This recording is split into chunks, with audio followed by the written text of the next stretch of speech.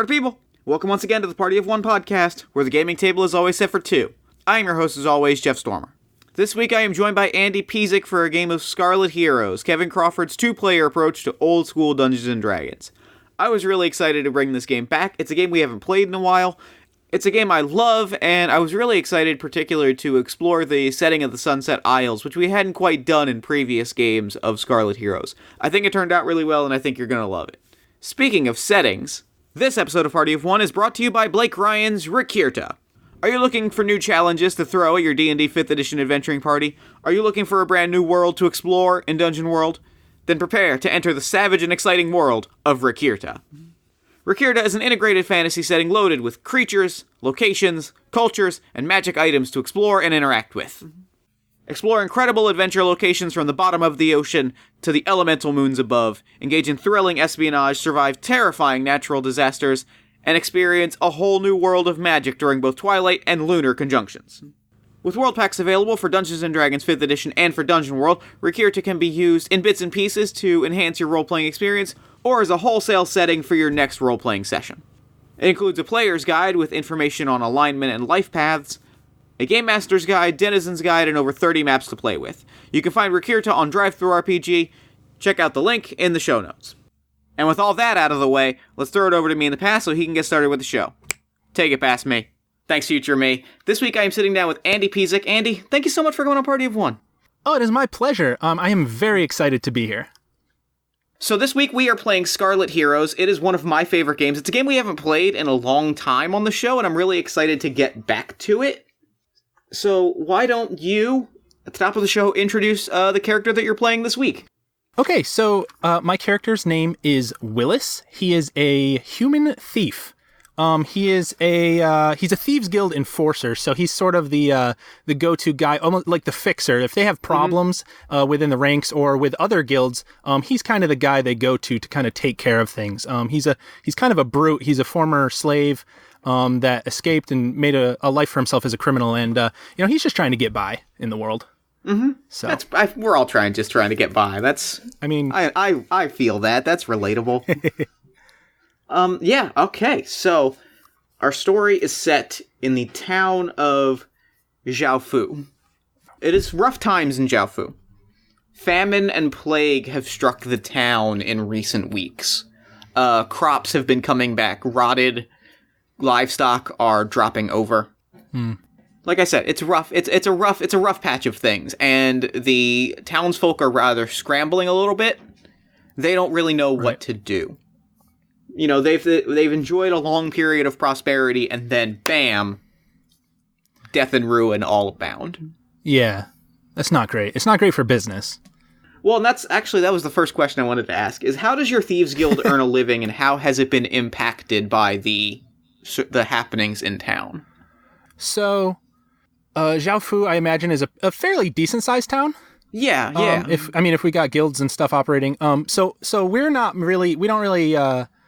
One of the things about Willis particularly is that he is a friend of sort of the downtrodden, the lesser class of society, because as a former slave, he just really empathizes with them and sort of relates to them. And so he and the boss of the Thieves Guild actually were both former slaves, and so they don't target sort of the lesser people. Like, they don't have riches anyway. Why would you steal from them? They ain't got nothing. So they kind of do smuggling. They sometimes they work with contraband goods and whatnot. And if they're actually stealing, they'll try to steal from merchants or nobles or whoever actually has money that can afford to take the loss. They're not good guys, but they're not horrible people either.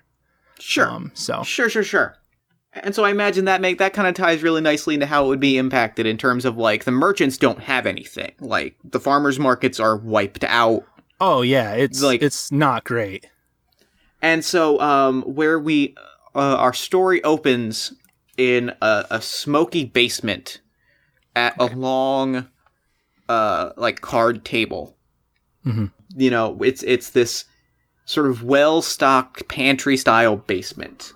We open on the scene of tense negotiation. It is you and the head of your Thieves Guild, who is a very young-looking elven gentleman named Shom. Shom is sitting at the table. You're kind of standing behind him. And across the table there is a very old-looking dwarf covered in tattoos. And there's a real gnarly-looking maul right on the middle of the table. And as we scope the walls of this smoky basement, there are these boxes and boxes of rationed food, right? Right. So what has happened is in the last few days, a faction of your Thieves Guild, headed up by Goria. Goria has gone rogue in the last few days. Goria has taken up war profiteering, essentially. Hoarding goods, strong-arming merchants into handing over rations and then selling them at a gouge profit. Exploiting people, the kind of thing that your organization doesn't stand for. No, we do not. So, Shom is sitting there. Shom has been playing the good cop. Right. And kind of looks to and it doesn't seem to be working. He says, look, this isn't how we handle things in Jiaofu. This isn't the way that we've done things in the past. And Goria leans forward and he says, of course not. This is the way that I'm doing things now. So Goria is the dwarf, just so I'm clear? Okay, yeah. Gotcha. And he was formerly a part... Okay, I got it. Yeah. So Shom kind of quietly stands up, pats you on the shoulder and says, I tried my way. Okay. So what do you say? What do you do now? Okay, so Goria has his maul on the table. Yeah. Are his hands on the table? His hands are kind of folded on his stomach. He's kind of leaning back. He's leaning in the chair it's tilted back, but seems to have expert balance. Right. He's sort of perfectly kicking off and then tilting forward just as the chair starts to fall back. Okay, and it's just the three of us in this room right now? There are three other sort of low-ranking scruff thieves. Right. Kind of just standing around the walls. They seem to have taken in with Goria. Gotcha. Okay, so Willis just kind of steps forward and he gives Goria this look of, just to sort of read him and sort of, and it's very calm. It's very collected and very analytical. And I'm going to let out a heavy breath and then I'm going to kick the table straight into him and try to knock him out of his chair. I love that. Okay, so give me we'll call that a strength or dexterity, whichever is higher. Okay. To sort of catch him off guard. Right. And then you may add one of your traits if you like. And for skill checks in this, I've played it once. It's 2d8? Yes, it is 2d8 plus a stat bonus plus your trait. Okay, and for this, you will want to get... Let me pull up the difficulties. Okay. For this, you'll want to get I believe, a 13. Okay. So, I have a trait that is literally just Thieves Guild Enforcer. All right. And this is the sort of thing that I do as an enforcer. Do you think, is that applicable? Absolutely applies. Yes, this is your job. Right. This is what you do. So I will roll 2d8 and add 5. 3 for my trait and 2 for my dexterity. Oh boy. So it is only 10 total. Okay. So what happens is, when I said he seemed to have beautiful control, you push the table and you topple it, it falls backwards. It works beautifully. But what happens is he kicks back on the chair. The maul flips into his hand, and he spins over, lands on his feet, and now he's got the maul over his shoulder. Uh-huh. And he just stands up and he says, "Cute trick.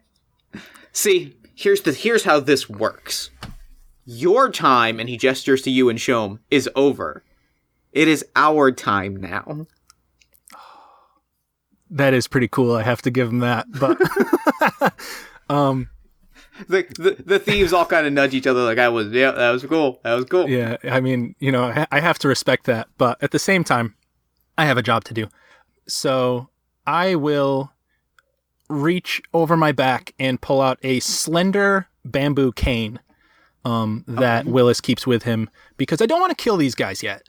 I don't feel like they haven't really crossed that line yet. They're getting close. They are definitely getting close, but they have not crossed that line yet. And so I just look at Goria. I look at his goons one by one, and I say, "We'll see about that." And right. I'm gonna lay into these guys. All right. So that's gonna be a D20. Okay. Plus your attack bonus, plus your strength bonus, and you'll want to get. Are you attacking Goria or one of the bandits? If one of the bandits is closer, I'm just going to try to attack them first. Yeah, because I think as soon as you draw the bamboo, what happens is, like, the thieves kind of, like, push Goria back. Right, they get into the formation. Ringleader, and they're sort of, it's their job to take the hit. Gotcha. Okay. So in that case, you don't actually even have to roll an attack roll. Okay.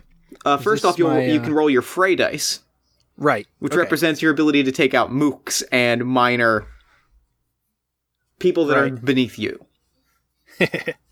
All right, so that's a D6. Yes. And I rolled a 5. Okay. I believe that is is that 1 or 2? That is 1 point. So describe to me how you knock out one of these bandits.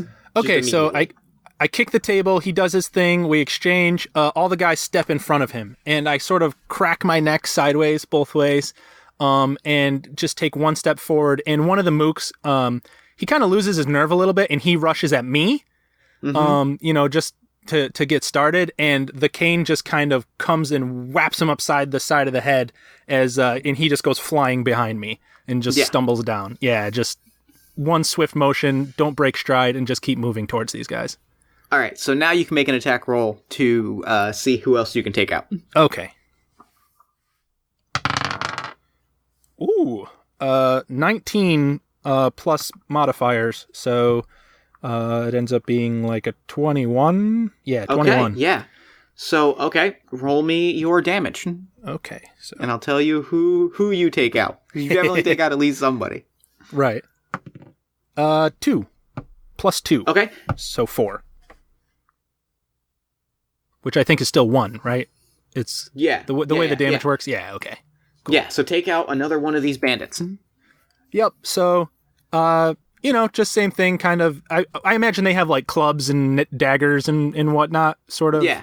Yeah, just mook level weapons. Yeah, so one of them, I hit him on the wrist and he drops his weapon, and then just come up and hit him under the chin, and he drops like a sack of potatoes. I love that. Yeah. So. So another one of the last remaining one rushes you with a knife and definitely hits you. Okay. I rolled a 19. Oh, nice. So that is a 1D, I believe 1D4. So what happens is he rushes you with the knife, and while you're taking out the other two, you don't see him come up behind you. But he goes for the swing, and you're able to, describe how you coolly dodge it. Because I rolled a 1 and I dealt you no damage.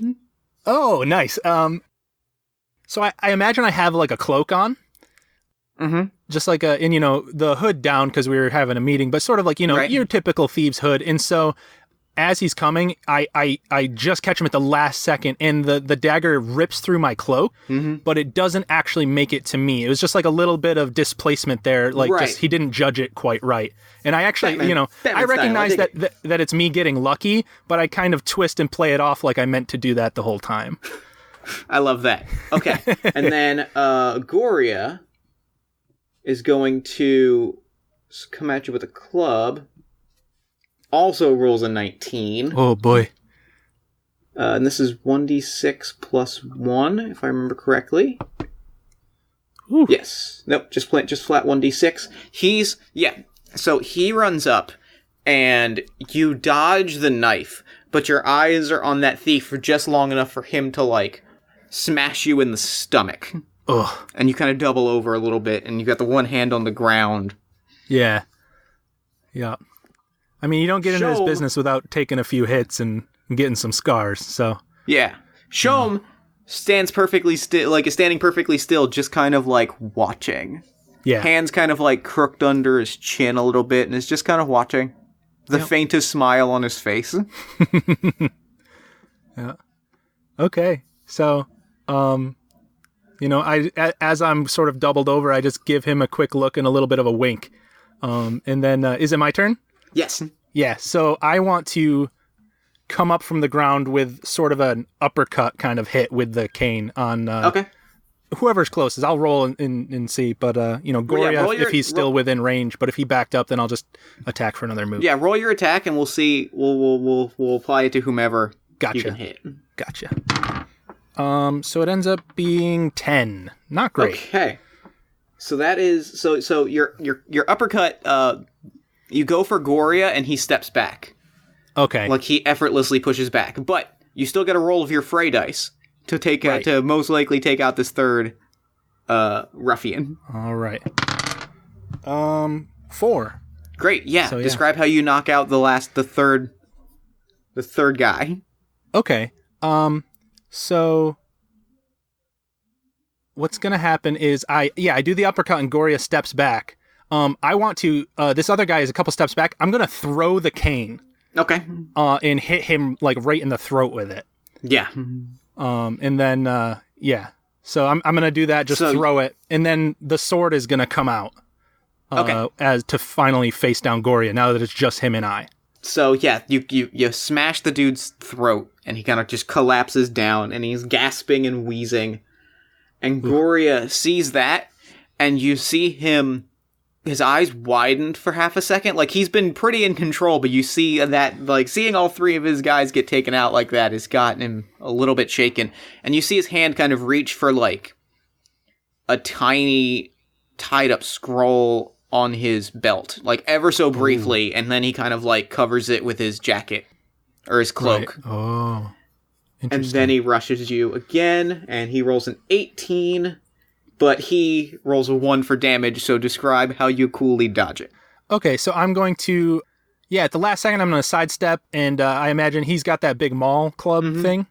Yeah, so he's like smashes through the table that's behind me that got kicked over. And I'm going to just kind of step behind him. All right. Like the Matador. Yeah, I love that. Yep, that's exactly what I was picturing. Yeah, now, cool. Because of that, I believe... Do thieves get a sneak attack in this? Yes. If they catch somebody off guard or unawares or something, yeah, they get like a +4, I think it is. So I'm gonna say if you hit on this attack, I'm gonna give you that +4. Okay, cool. I'm gonna give you your sneak attack on this because he's gone through the table and he's like down. Oh, nice. Okay, cool. Okay, so I rolled a 15. Okay. +2, +4, so it's a bit. Yeah, you got him. Now go ahead and roll that damage and inflict triple damage. Oh boy. So 2 + 2 is 4, so 1 is 3. Yes. I'm good at math. All right, you've described how you take him out. Do you kill him? Do you let him live? Walk me through it. Oh, that is the question, isn't it? I kill him. All right. I got a little impatient. Here's the thing. Willis is getting a little bit old, and he's not as good as he once was. And so, these guys, I still took them out. My experience beat them out. But there was a couple moments where it got a little bit closer than I wanted it to. And with Shom just watching me, I need to make sure that I'm still showing that I can be strong and in control. And honestly, I never liked Goria anyway. So we gave him his chance, and he's done. So, he falls into the table, and Willis just, quickly, efficiently runs him through. All right. Straight through the heart. I think Shom kind of theatrically gasps a little bit. Like is clearly putting on a show like, oh my, I can't, you're a vicious man, Willis. I can't believe you would just kill him like that. And then he kind of spits at him a little bit like, well, he had his chance. That he did. And he kind of looks around. Shom starts like, surveying the area, like counting up the rations and figuring out who is owed what, who's going to get what goods as they kind of he plans sort of the distribution of it. What do you do? Well, I pull my sword out, I wipe it on Goria's, shirt, and clean it, put it away, and I just kind of, I want to check out that scroll that he had on his. I grabbed that. You unfurl the scroll, and it is a letter. It is a missive written in formal, almost noble script. You're looking it over, and it is saying that the ritual is complete. The ritual is complete. It should last on its own a matter of weeks. It can be reversed at any time if I so choose it to be, which if they urge me to, I will reverse it. But as is, I'm fine letting the ritual run its course. This gives you an opportunity to do your job, and then it gives me an opportunity to do my hobby. Let me know if you need the plague cured. Let me know, and it's just signed E.G. So, as Willis kind of looks this over and, scans it quick, he, kind of furrows his brow and he says, Hey, show him. You need to see this. And I'll, hand him the letter and let him read it. Shom looks over the letter and initially his brow furrows and he kind of recoils a little bit. Right. And then an eyebrow raises and a smile that you're not used to seeing on Shom. This isn't a smile that you've necessarily seen a lot of on Shom. Huh. Starts to form on his face, and he turns back and he says, So, what do you make of this? Seems our former friend Goria here is fallen in with some sort of, some sort of magic user or something. But I would say that it sounds like all of our problems are being caused by whatever ritual has happened here, and this EG knows how to reverse that, so... But I don't know. It certainly does. Yeah. But. Here's the other half of that. It also says here that when you see Shom start to look around at the rationed goods, kind of look down at Goria for a bit. It says that it's going to go away. There's really no reason. I mean... Certainly we should get a hold of whomever is responsible so that we can figure out what is going on, but certainly there's no reason not to work with them, right? Well, come on, Shom. I mean, you've seen what this has done to all the people. You've seen what this has done to our business. We're not profiting here. Unless we want to be like Goria, and I kind of point at his dead body. And not quite as a threat, but just sort of, letting him know where I stand. I don't want to take advantage of something like this. It's beneath us, Shom. This is not what we do. Roll me a charisma check. Okay. Add your friend of the lower. Uh-huh. Yeah, add your friend of the lower trait to that. Okay. I rolled an 11. Friend of the lesser is 2, and my charisma is 1, so that is 14. Okay, yeah. Well done. I had planned this to be a whole thing at the end, and then. So Shom pauses for a minute, and he looks around. He looks at Goria for a long time, and he just says, I hate that you're right and that you're a good person. Our jobs would be much easier if you weren't. Well, Shom is like my dad always said, that nothing in life worth doing is easy. I suppose that's true, so find me the person responsible, bring them, and we will convince them to reverse things. However, we need to do that. Oh, yeah. Roll me, describe and make me a check using the stat and abilities of your choice to figure out, to sort of dig into this a little bit. How do you go about investigating this one? Okay. So I am going to go to wherever is a little bit nicer part of town. Okay. Maybe like where by the marketplace where the middle class people kind of live, and I don't think I can get access into where nobles live, but I'm gonna go find a tavern or whatever kind of place that people hang out, and I'm just gonna do a little carousing, a little bit of sort of, and I have a trait called Smooth Operator. Perfect. Which, yeah. So I'm gonna do that. Okay. You want to get and you'll find out the answer no matter what. But if you get at least an 11, you can ask a question, and then every 2 points after that, I'll let you ask another question.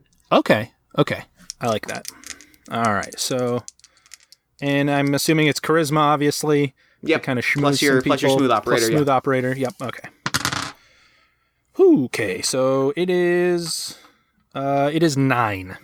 Okay.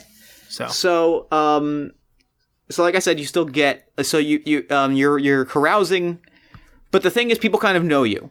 Yeah, I have a reputation. Yeah, right. So eyes are kind of on you from the moment you walk into this bar. It's uptown by where the embassy is. Right. You're kind of poking around, but people kind of know that you're poking around. But nonetheless, there is a palpable buzz in the air. Yeah. A lot of these merchants are like, finally, I can't believe that we have lucked out in the way that we have. There is and they're buzzing because it sounds like our troubles are at an end. That wandering soothsayer has finally shown up. I guess she's finally answered all of our missives. And she's shown up to figure out what this curse is that has befallen Jiaofu. Right. And, they're all buzzing, and you see this, a poster that says, Esther Guo, Soothsayer. And, like I said, big buzz, everyone's excited about it. Right. But everybody kind of knows that you're poking around now. Right. Is the challenging part. Now, the thing is, the latest buzz, the latest scoop that you've heard, is that Esther has arrived in town, and she is being held up in the embassy, and she's getting the royal treatment. They have rolled out the red carpet for her because she has said that she is going to undertake the cleansing ritual in the next couple days to sort of find the evil spirits that have taken hold of the town and shed them. Yeah. So I know, at least I think, just from what I know, she caused this. She lets everybody sweat for a while. She comes in, cleans it up. Now she's a hero. Mm-hmm. That's not going to fly. So I know she's in the embassy. Yeah. She's in the Imperial Embassy. This is where the Empire hosts nobles from neighboring areas. This is it is an embassy. It is not It's like a place that the Thieves does it also Guild... function as sort of like the town hall? The main... Yeah, it's just the main source of political kind of everything. Yeah, this is where the this dignitaries town. live. Gotcha. Yep.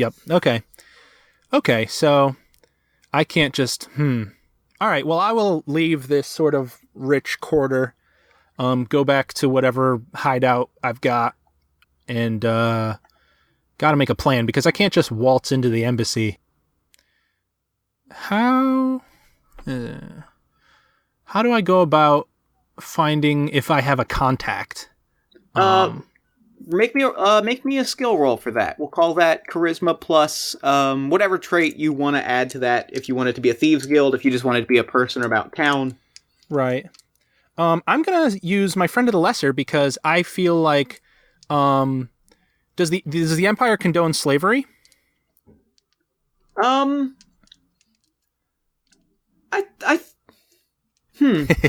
gonna say go. Yeah, I'm gonna say go. I'm gonna go ahead and say yes. Okay. I think there's some pockets of it. Right. There's it's maybe I think it's they banned slavery, but there's still some pockets of indentured servitude. Right. Yeah. So slavery by a different name. Okay. So I know one of the servants who works in the embassy. Okay. Yeah, I like that. And I've made a point of making him my friend, because just in case something like this comes up, I need to be able to have access to that part of town. So I'm going to get in touch with him. I'm going to, send him like a letter using like the thieves' cant kind of thing. It's like all kind of cryptic, weird. I'm going to have somebody deliver it to him and try to get him to meet me tonight in a different part of town if possible. Okay, yeah. So make me that roll, and we'll see how that goes for you. All right. Woo. So that will be 11 plus 3. So 14. Because 2 for a friend of the lesser and 1 for charisma, I assume. Yeah. Okay, cool. yeah. So what I am going to propose is you meet with your friend. They are a criminal that has been that was basically bought out of prison. Right. They in exchange they offer you a trade. They say, "Hey, if you..." They offer to help you get in and lay out and give you the layout and things in exchange for if you leave open the back gate, because then we can get out. I can leave and then I can leave this so he can escape from whole town. Yeah. Oh, heck yeah, I'm down with that. I escaped as a slave. I will totally help him. Even though it loses me a contact, I weigh it over for a moment and but ultimately, I'm I wouldn't want to be kept there. I hated when I was a slave. I had to get out. I understand, yes.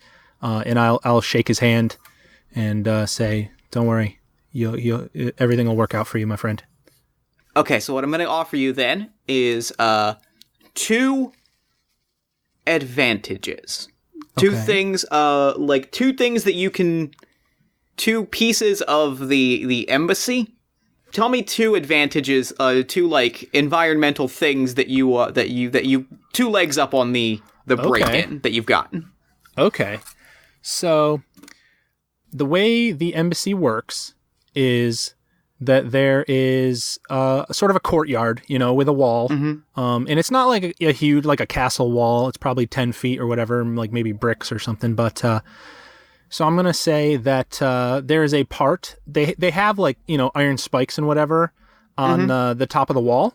And there is a part that has fallen into disrepair and they have not fixed yet. So that'll give me easy access over the wall. And then, how does this sound? So he normally works in the kitchen, this servant friend of mine.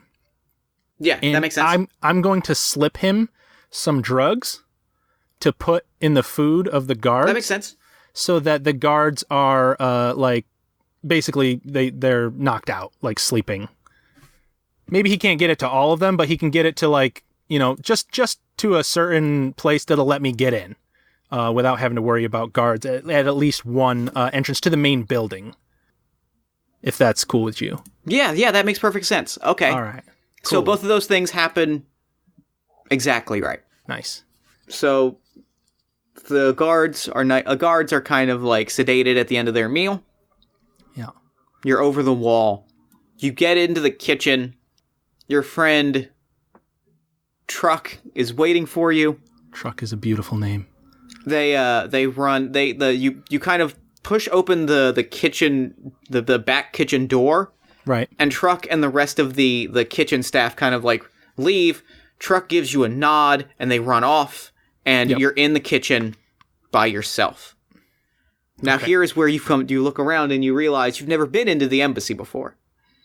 And you take you look at it, and you think about it from the outside, and you realize the embassy is huge. Oh, yeah. I've never been in a building this big. Okay, so the first thing I will do is... I assume that the bedrooms are probably on... How many stories are we talking? 2 stories, 3 stories? 2 stories. Right, okay. That's kind of what I was picturing, kind of like a big old plantation house kind of setup. Yeah, almost. right, yeah. But more Asian. Right. Okay. I assume that rich people don't sleep on the ground floor. It's beneath them. They are closer to heaven. They are closer to the sky. they sleep on the second floor. So I'm going to find a staircase and make my way up there, and hopefully without being detected by anyone.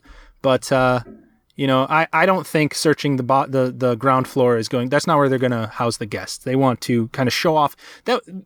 My reasoning is that they want them on the second floor so they can kind of show off the house as they bring them through the whole place and almost give them an involuntary tour to kind of show off their power and their affluence. So, and it gives them a view, right? Like you put them on the second floor, they have a view. They can see the whole. You can see the whole town from here. There's a balcony and everything. Yeah, I'll buy that. So give me a roll as you sort of sneak through the bottom floor to get to that upper floor. I'm going to use smooth operator, I assume, perhaps. Although that is more of a that makes sense. Thing, but okay. Cool. The neat thing about traits in Scarlet Heroes is you can really apply them to a number of different stats in different capacities. So I think that works really well in terms of like moving like you belong there. And therefore being good at sneaking in that way. Oh, yeah. Okay. You know what I mean? I'll take it. I will take it. I totally understand. Yeah. So give me that roll. All right. So smooth operator with dexterity. And we've got... Oh, that is the best roll I've made so far, I think. I rolled an 8 and a 5, which is 13 plus 5. Or no, plus 4. 17. Absolutely, yeah. Yeah, that works. Cool. You stroll effortlessly across, like, you're moving through doorways, you're walking along these hallways. Mm-hmm. You're making footsteps, but they sound like the footsteps of a butler walking along, like. Yeah, they're not out of place. Perfectly ordered. Yeah, exactly. Yeah. Okay, cool. So you find yourself at the bottom of this, like, spiral staircase up to the second floor, big, fancy, there's an elaborate glass statue in the center. Oh, yeah. You walk your way up, and there's this long row of, like, bedrooms. Yeah, I think they're all, like, bedrooms and drawing rooms and, like, cigar rooms along this second floor. Just decadence everywhere. Yeah. Have I seen any other people so far? All the servants are pretty much gone, or at least the kitchen servants. The servants are pretty much gone. The guards are pretty much sedated, so it's kind of just you. You've seen some like suits of armor that look like they're just like, there are signs that people should be here. Right. Suits of armor, that type of thing, but like nothing jumps out at you. Okay. Everything's going according to plan. I am going to start checking doors and seeing, if they are unlocked, I will kind of try to slowly open them, see what's going on. I am looking for this woman who is a soothsayer. So I'm kind of looking for, that sort of like almost religious, but not not in the way of the temples, like that sort of shamanistic. I don't know what to expect from this person necessarily, but I'm expecting they won't necessarily fit in perfectly with the nobility stuff that I see around me. So sure. Yeah. So make me a dexterity roll as you move, as you sort of do this, as you check the doors. Can do. 14 total. Beautiful. Perfect. Perfect. You check them. Most of the doors are unlocked. Right. Okay. Like, you're checking them and they're unlocked. It's pretty clear that with, like, which makes sense, right? Because with the famine and stuff, a lot of the politicians are probably not here. If the diplomats from Jiaofu are probably meeting in other places, and the diplomats from other places are probably like, I'm not going to Jiaofu. Yeah, they don't want to be here. So you find that makes exactly one door that is locked. Okay. Like, you've checked a lot of them, and you start to check this last one, like, you start to check one, and it's locked. Okay. What do you do? Well, the first thing I'm going to do is I'm going to go to the room that is next to that one and see if it has a balcony. It does. It absolutely does. And I'm going to see if I can go, rather than try to bust down the door or unlock the door, because I am not super great at picking locks. I'm serviceable. I work for a thieves guild, but that's not my specialty. I crack skulls. So I'm going to try to kind of do the hop from one balcony over to the other one, if there's one on the room I'm trying to get into, and try to enter that way. Yeah, I'll go with that. Sure. Okay. Cool. So make me a sort of an athletics-y roll for that. Yep, can do. Smooth operator. That is a good trait. It is a good trait. So I've got 7 plus 4, so 11. Okay, yeah, you, it's close. It's real close. You jump, so what happens is we get a shot of you, like, on the railing, doing the jump, and, like, your foot kind of slips on the other end, and you've kind of, like, gotta catch yourself a little bit, and sort of, like, pull yourself up. But you make it up, but you're up, and you see into this, the balcony, like, you see into the balcony, and it's just like a curtain window type situation. So you kind of peek through the curtain, like you see through the curtain. There is a woman, sort of younger than you would expect someone with like a soothsayer reputation to be, like early to mid-20s. Oh, wow. Yeah. And like you were saying, religious garb, but like flashy religious garb, like so like almost a theater costume of religious garb. Something that, like, an average person would recognize as religious, or would be like, oh, they're a very fancy religious person, but to somebody with, like, an eye for this type of thing? Right. It's like, almost like kabuki stuff. I'm picturing sort of like, like you would see in a movie or on the stage. That's not what they actually wear. That's just impractical. Right, exactly. It is something that, like, you're able to be like, that kind of looks fake. A lot of costume jewelry, a lot of, So she's singing to herself, like, a happy little tune, as she packs up this, packs up her, like, travel bags.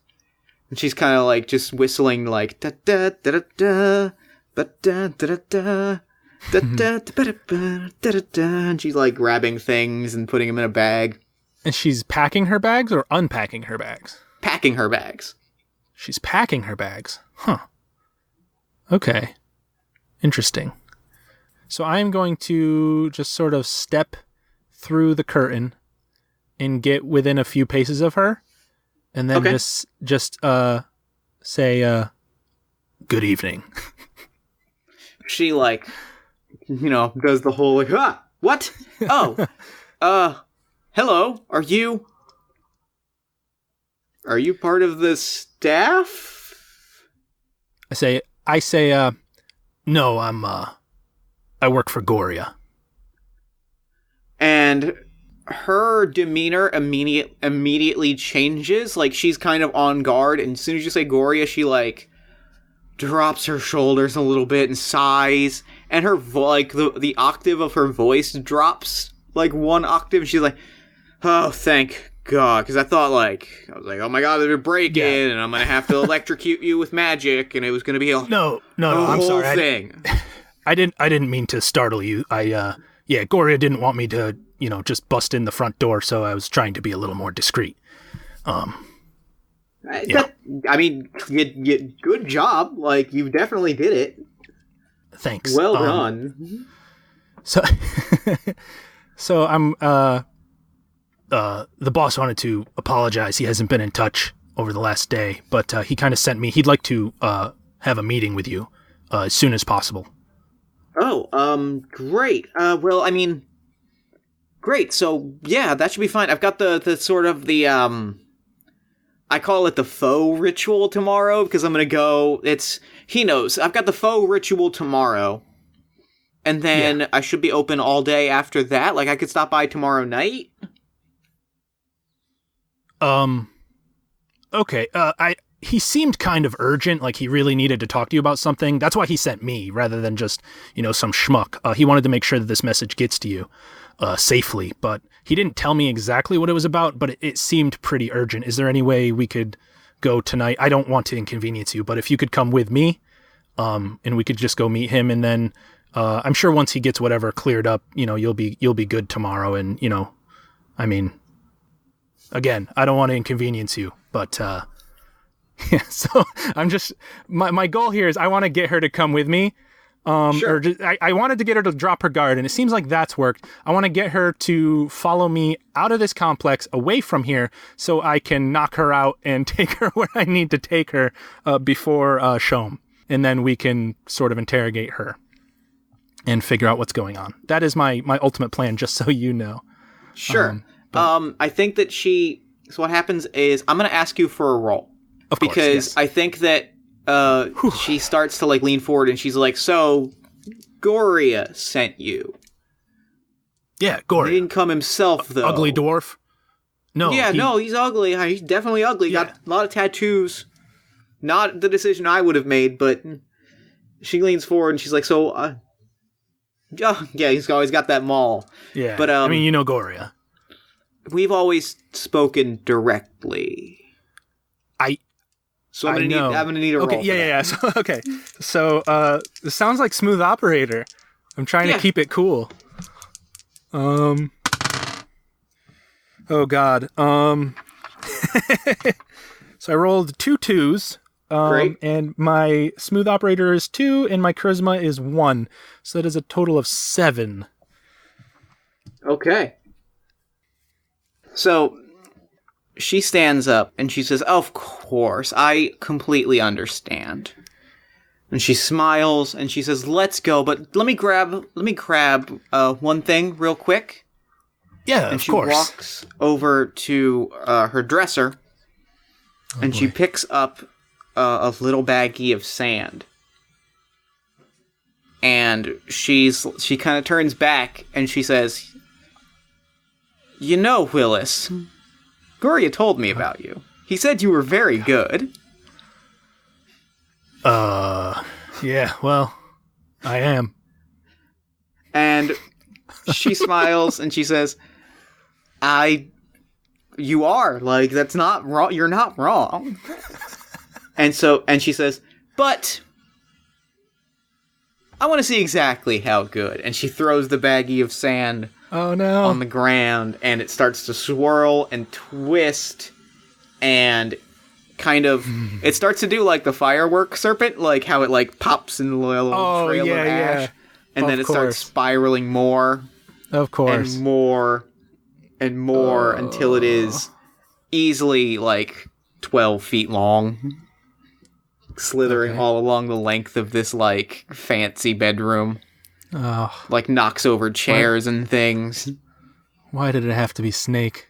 And she just kind of leans back, sits in a chair, and I'm gonna give it an attack on you. That's fair. That's totally fair.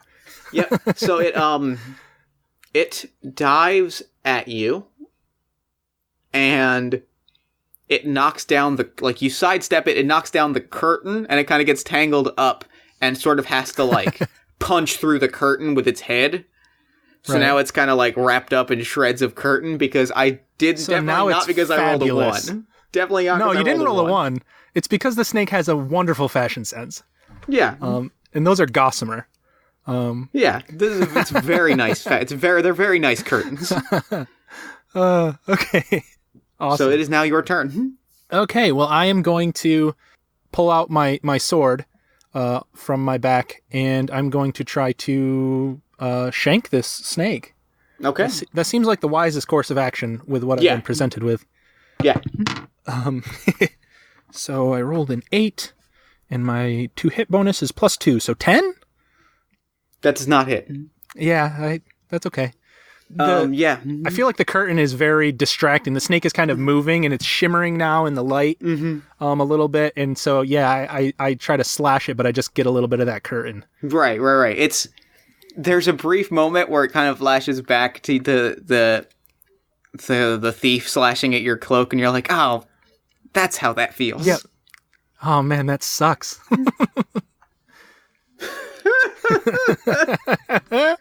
So the snake slithers out of the curtain, dives at you again, You sidestep it again, and it hits a mirror and shatters. And now there's a big, now there's commotion, because, like, there's glass shattering, and the curtains have been pulled down. And I can't step lightly anymore as I'm jumping around, dodging this snake. Right. And Esther is just sitting back and laughing and clapping and having a ball. Oh, good. But because I rolled a 2, and after rolling a 1, I'm going to say, again, I think the thing is dazed enough where if you wanted to make a sneak attack, I would allow it. Okay. So, yes, I will roll my attack. Okay. And then we will see how it goes. It will not go great. Only an 8. Okay, great. So what I wanted to do is try to straddle it and kind of stab down on it. Okay. So I think that you rush it and you straddle it, but it kind of bucks you off, and you sort of roll backwards. Okay. Snake rodeo. Now it's a bit of a snake rodeo. Which is not one of my traits, unfortunately. See? You didn't plan ahead. Always take snake rodeo. Always take snake rodeo just in case. Does a 13 hit your armor class? My armor class is 5. Oh, I'm sorry. It is, 5. I always just reverse it because I don't like descending armor class, so that's a 14, so no. Okay. Wonderful. So if I ask going forward, it's you've got a 14. Okay. Just because the math of descending armor class. Yeah, I always get confused. It's not for me. I'm fine with people who use it, but not 14, for me. So no, so it misses you. But this time it's way closer of a hit. Like it looms over you and bites down, but it gets like a mouthful of floor. Does this snake seem venomous? Oh yeah. Big globs. Okay, so I see its fangs as okay. Oh boy. So I'm going to try to do something that works. And how does a 14 float your boat? 14? 14. 12 plus 2. 14 hits. Oh, thank Roll God. Your damage. Okay. So, D6. And I rolled a 3 plus 2 is 5. So probably 1 damage. 5 is 1, yeah. You slice into it. It, ash sprays. Like a spray of smoky ash sprays out. Oh. And it reels back a bit, but it's going to come at you again. And sees that. Esther sees that and is like, "Oh no, you slashed it." Yeah, I'm kind of double gripping my sword now with both hands, just kind of trying to get a defensive posture against this snake. It lashes at you with its tail and just wipes off a bunch of valuable vases and things off of the thing. And Esther was like, "I was going to steal those. Damn it." At so that, go ahead and make your move. Hearing her say that, Willis actually involuntarily lets out a little bit of a chuckle. He tries not to, but it's pretty good. So, I rolled a 3. All right. So, not much is happening for me. Not a whole lot. I feel I swing, and I also knock over some valuable things. And she's like, come on. And, it is, you swing and knock over some things. You get distracted by her scream, her saying things. You get distracted by Esther's voice, and the fangs go right into your arm. Oh, not great. Okay. And I'm going to need a saving throw. Okay. So saving throws are also 2d8 in Scarlet Heroes? Okay. Okay, so you add it's 2d8 plus your level. Okay, so 1. Yeah, plus your level, relevant attribute, and relevant trait. So in this case, it'll be Constitution plus whatever, and plus... Okay, I'm going to say... Well, if this is cool with you, I think I have a 1-point trait of former slave, which makes me a little bit hardier. I've endured some physical, emotional, all sorts of duress, and so Willis is... he's a tough guy from his years of being a slave. So I feel like I'll buy that for sure. Okay, cool. So that'll be a total of plus 3. Okay. So 14? 7 plus 4 14, plus 3? 14, yeah. 14 successfully, 14 successfully resists. Oh, good. Cool. So since it's fantasy anyway, yeah. So I after he bites into my arm and I pull it back, I just suck the poison out and spit it. Great. Cool. Yeah. At that point, Esther's like, oh, okay. Make your attack. Okay. God. Okay. I rolled a 2. I'm not doing so hot. That is fine though. It hits you again. So take 2 wound and give me another saving throw. Difficulty is, I believe, 9. Difficulty is 13. Okay. So 2d8 plus 3. I only get an 11. Okay, so here's what happens now. Okay. Defying death. It seems like a good time to defy death. So you're going to roll a number of d4 equal to your level. Okay, so 1d4. Calculating damage normally for Scarlet Heroes, so on no points on a 1 point of damage. On the 1 2, point 3, of or 4. damage. Yeah. Yeah, okay. So d4. A 3, so 1 point. Okay, great. So take 1 damage. Are you still standing? I am. I have 2 more hit points. Okay, great. So what happens is circumstances fall in your favor. So what happens is the door kicks open as the snake is about to tear your arm off. Oh. And you know those fancy suits of armor you saw as you were like skulking around? Oh yeah. One of them is standing in the doorway. Oh, does it look like there's a person in there? No. Oh. No, very clearly not. Oh god. And it's got a big Urgrosh, one of those like axe spears. Uh-huh. And it's just standing there, dead silent, and it's looking, and the serpent is looking at it, and for a brief moment you kind of sense some like intelligence in the serpent, because it's like, that's weird. Like it kind of rears up and looks at you, looks at it, looks at Esther. Yeah. And it just And I imagine the armor thinks the same thing when it looks at the snake. That's weird. Yeah. Pretty much everybody is looking at everyone else in this. We get like a Rocky Horror shot where it's everybody's faces like, huh?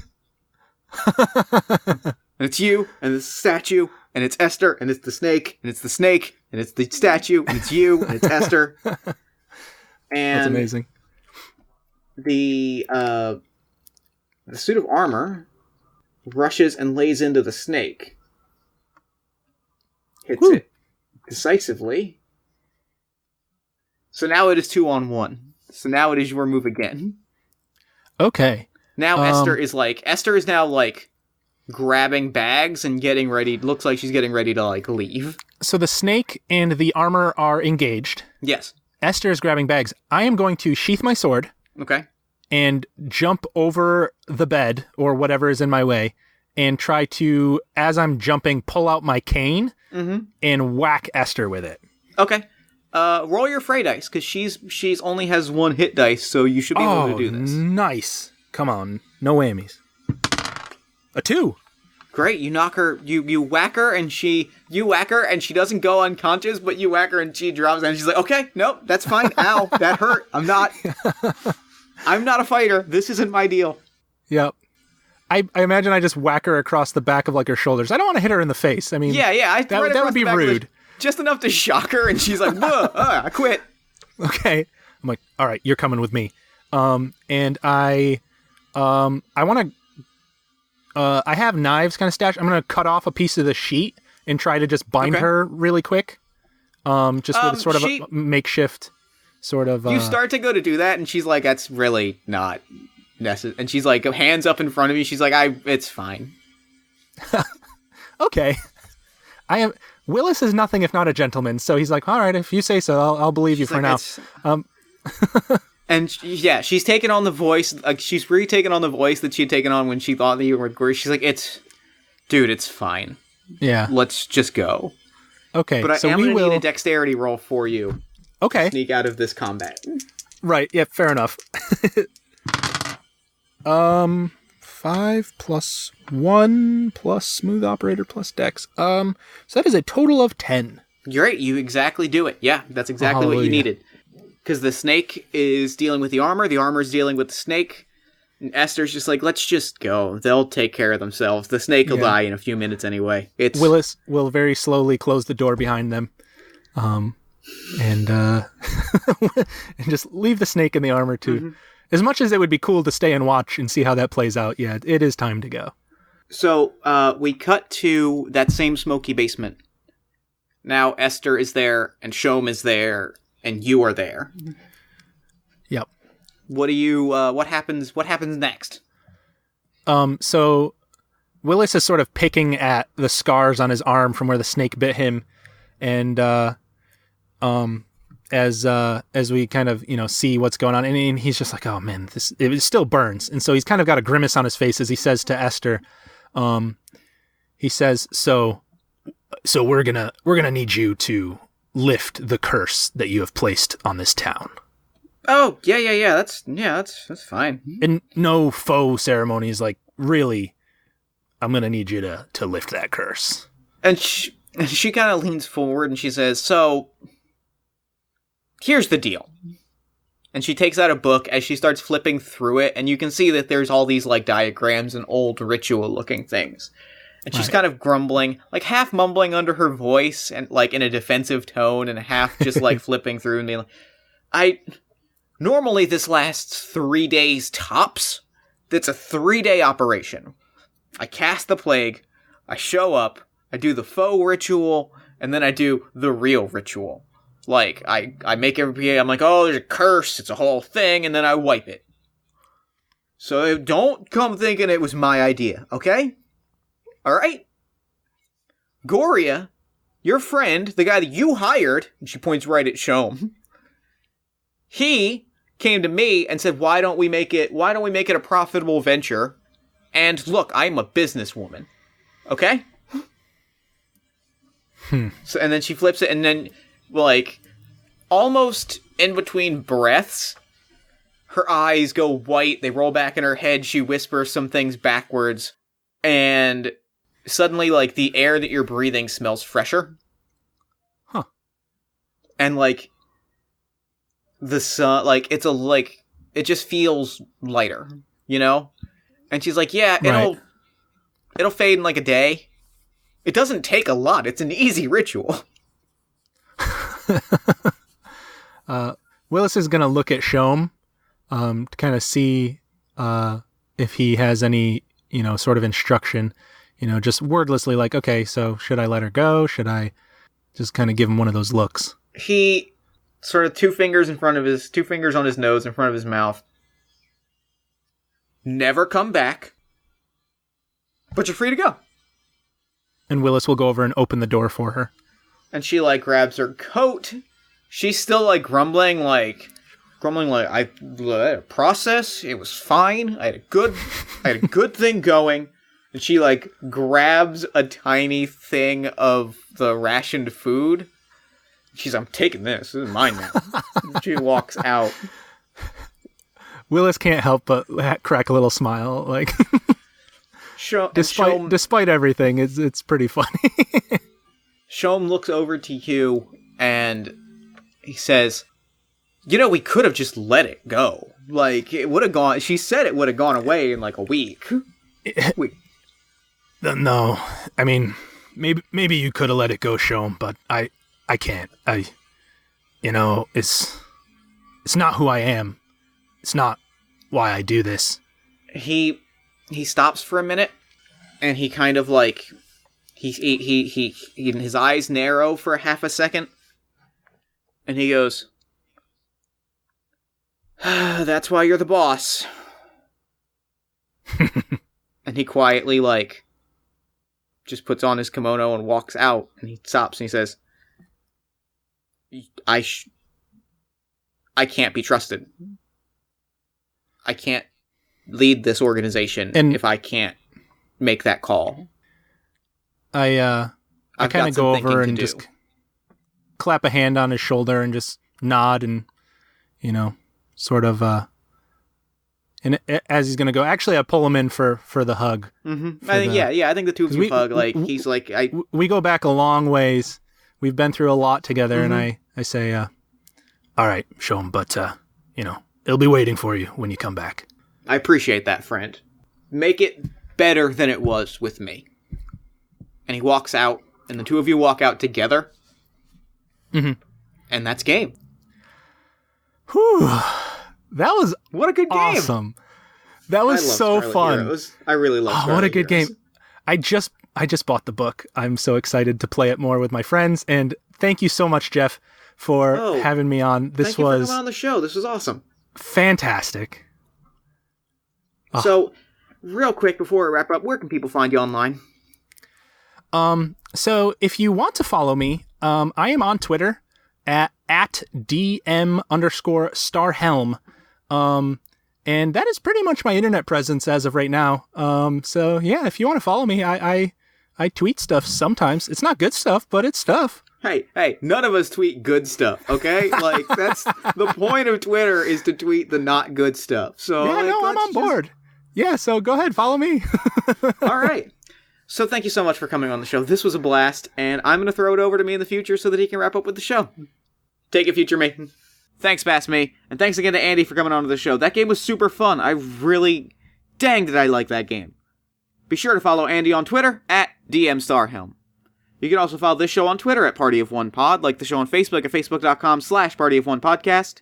If you enjoyed the show, consider giving us a nice iTunes review, social media shout-out, or word-of-mouth recommendation. All three of those things help the show find new audiences and do bigger, better, and cooler things. If you really enjoyed the show, consider backing us on Patreon. Patreon backers get access to special features and help the show pay for hosting fees, equipment costs, convention appearances, and more. That can be found at patreon.com/PartyOfOnePodcast. If you want to hear more from me, consider checking out All My Fantasy Children, the podcast in which Aaron Catano and I take your listener prompts and turn them into beautiful, thriving, vibrant, role-playing game children. That can be found at soundcloud.com/AllMyFantasyChildren.